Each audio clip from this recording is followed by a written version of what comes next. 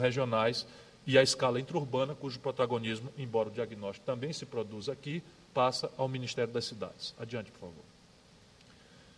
O financiamento da política. Nós estamos com tramitação no Congresso em péssima condição, porque o erro de diagnóstico provoca erros de terapêutica e erros de atitude política também.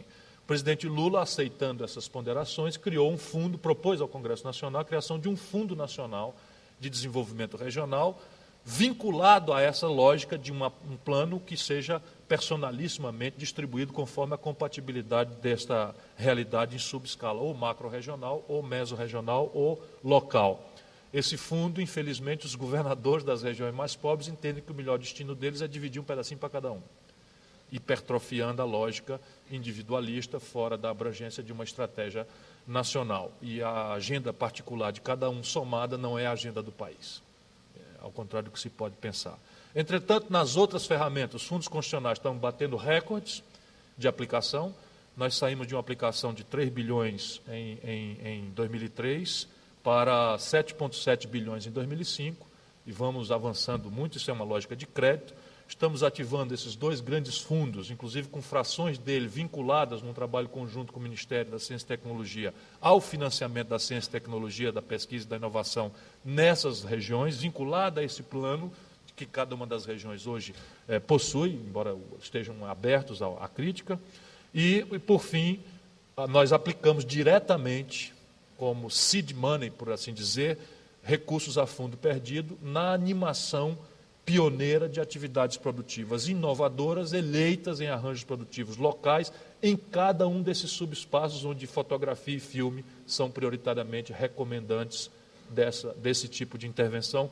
Eu vou correr, que haverá exemplos que serão mais eloquentes do que a minha fala. Adiante, por favor. Bom, acho que a gente pode seguir um pouco mais rápido, porque eu estou preocupado com o tempo.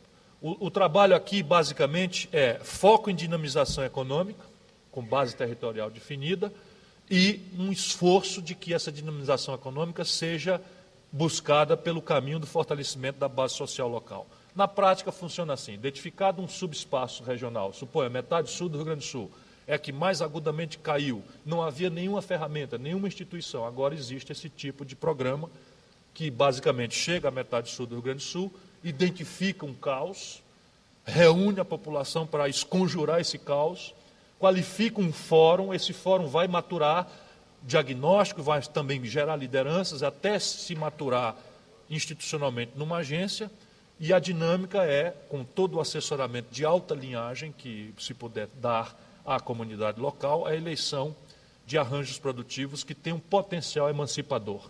E o seed money, o dinheiro semente para iniciar isso, é direta e a fundo perdido alocado pelo governo através do Ministério da Integração Nacional ou de uma agenda interinstitucional, porque da agenda sai o arranjo produtivo e sai também uma agenda lateral.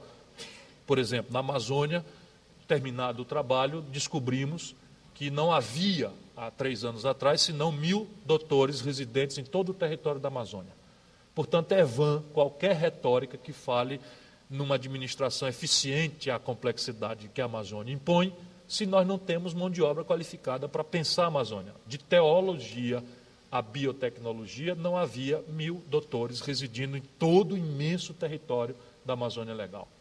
Se nós imaginarmos que esses 1.000 doutores basicamente estavam em Belém e Manaus, e aí se terá a dimensão inteira da tragédia de manejar aquele universo impressionantemente complexo, com uma precariedade dessa natureza. Sai daí para o Conselho Nacional de Ciência e Tecnologia o diagnóstico, saem daí as deliberações, e há planos que já estão com mais 700 doutores, agora em processo de entrada no território amazônico, mas a ideia é formar 10.000 doutores nos próximos 10 anos, localizadamente obrigados a viver, a morar na Amazônia, de preferência no seu interior. Adiante, por favor. Aqui é um exemplo, eu vou ser bastante telegráfico, dos arranjos produtivos que já estão em execução. Então, todos esses em execução, você pode pegar metade sul do Rio Grande do Sul, por exemplo, reflorestamento, papel e celulose, etc., e já no estágio de maturidade que a iniciativa privada localiza a eficiência daquela ideia e já estão em investimentos de 1 bilhão e 600 milhões de dólares, portanto, o nosso dinheiro semente já produziu ali um vetor, todos os estudos e a chamada do BNDES para chegar perto, e a lógica de discutir que a solução para a metade sul não era o repetido back to the past, cada vez que a gente abordava os nossos compatriotas da metade sul, como era muito recente o Fausto e as tradições poderosas do gaúcho daquela região, que literalmente vem dali, de Pelotas, Santa Maria para baixo, as pessoas, a culpa de tudo que está acontecendo é do governo, e a solução é um back to the past. Vamos voltar a produzir gado extensivo, vamos voltar a produzir arroz, e isto se fará hostilizando o Mercosul. Isso era basicamente um consenso entre os compatriotas, que com razão viram a sua região decair. Parte dessa decaída deve-se mesmo às novas integrações internacionais que o país experimentou, e que era improvável que o país fosse retroceder do Mercosul por conta de uma, ainda que legítima, agenda local. E agora eles estão saindo para outra, já com equipamentos, inclusive no debate foi introduzida a lógica da competitividade, comércio exterior, produtividade, certificação fitossanitária, metrologia, toda essa agenda nós provemos, seja qual for que deriva, por exemplo, gemas e joias no Jequitinhonha, Mucuri e cachaça, padronização, ou essa aliança é feita pelos ticunas do Alto Solimões, design. Então, qualquer que seja a agenda que flua daquele arranjo produtivo, nós provemos objetivamente. Financiamos um laboratório de metrologia, um laboratório de certificação fitossanitária, e no Araripe, a primeira exportação de 600 mil dólares de mel saiu já para o estrangeiro, para a nossa alegria e satisfação. Adiante, por favor. Bom, deixa eu só passar rapidamente. Para cada macro-região, um plano.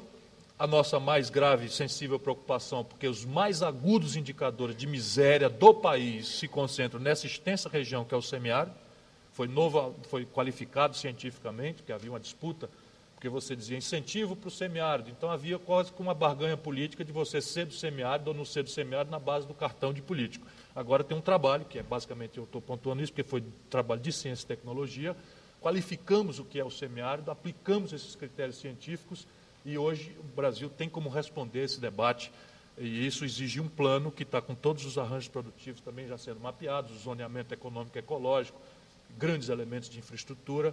Por exemplo, aqui estão o São Francisco, Transnordestina, biodiesel, refinaria, siderúrgica, BR-101 Nordeste, que é para a qualificação do turismo, e essa é a grande agenda macroscópica do Nordeste semiárido. A outra, faixa de fronteira.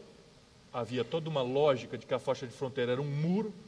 No nosso governo, a faixa de fronteira é uma ponte, pelos laços de integração que queremos emular e qualificar com os nossos vizinhos da América do Sul, e isso exige uma agenda de desenvolvimento que não havia protagonismo. E agora tem um plano para a faixa de fronteira, qualificado, zoneado, com cada um dos arranjos produtivos potenciais. Adiante, por favor. Isso aí, esse monte de coisa, o que é? Bom, isso é a normativa, quero crer, não é isso?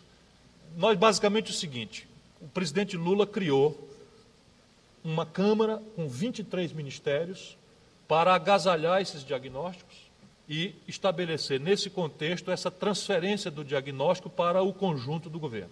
Então, eu brinco com meus companheiros do Ministério que nossa missão estratégica é trabalhar pela nossa extinção.